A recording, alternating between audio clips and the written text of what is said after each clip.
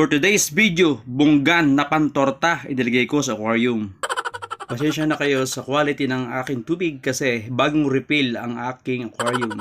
Ganyan talaga ang quality ng tubig kapag bagong palit. Medyo cloudy. Maghihintay pa tayo ng ilang araw bago maging crystal clear. At nakabili nga tayo ng kalahating kilong sariwa na bunggan. At yan nga, sariwa nga, buhay pa. Gumagalaw pa at may nakuha pa ko mga buhay. At naisipan ko nga kunin ang mga buhay at ilagay ko sa aking community tank. At hindi ko lahat ito torta. Hindi ko alam kung hanggang kailan ang buhay nila. Basta, no. Okay sila. Naka 24 hours na sila diyan. At sa observation ko, hindi naman sila nambubuli ng ibang isda. Wow! Ang kasama nila sa community tank ay mga gapi at isang malaking rainbow shark. Safe naman sila kay rainbow shark. Rainbow shark lang ang pangalan niya pero hindi siya kumakain ng kasama niya sa community tank. Kumbaga ay friendly.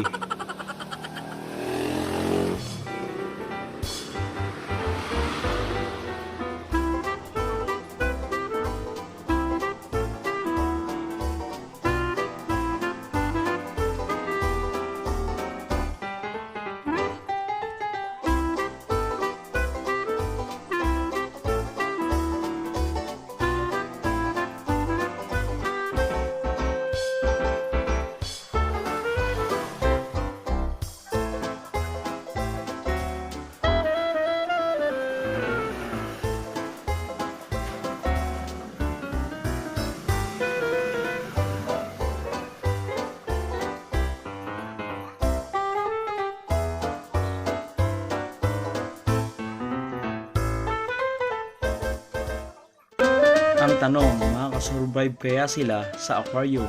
Antabayan na ang sunod na video para sa update kung mabubuhay ba sila kasama ng mga gapi sa community tank.